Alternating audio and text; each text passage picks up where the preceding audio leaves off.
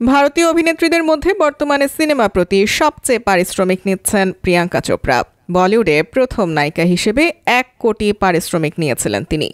তার হাত ধরেই বি টাউনে নায়িকাদের বাড়ানোর প্রক্রিয়া শুরু।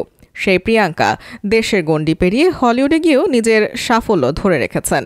সেখানে আকাশচুম্বী পারিশ্রমিক নিচ্ছেন তিনি। ফোর্বসের রিপোর্ট অনুযায়ী দেশি গার্ল সিনেমা প্রতি নিয়ে থাকেন 40 কোটি টাকা। তবে সেটা হলিউডের কোনো সিনেমার জন্য। অ্যামাজন প্রাইমের ভিডিও শো সিটাডেলের জন্য এই বিপুল অর্থ নিয়েছিলেন পিগি চপস। ভারতেও কম পারিশ্রমিক নেন না প্রিয়াঙ্কা। ফোর্বসের রিপোর্ট অনুযায়ী বলিউডের ছবির প্রতি প্রিয়াঙ্কা চোপড়া নিয়ে থাকেন 14 থেকে 20 কোটি টাকা। সে হিসেবে বর্তমানে বলিউডেও সর্বোচ্চ পারিশ্রমিক এই নায়িকার।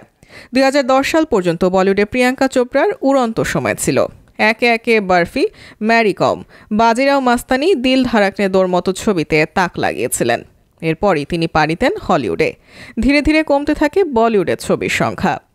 প্রিয়াঙ্কার প্রথম হলিউডের ছবি বেওয়াচ বিশাল হিট করে। সেটা ছিল 2017 সালে।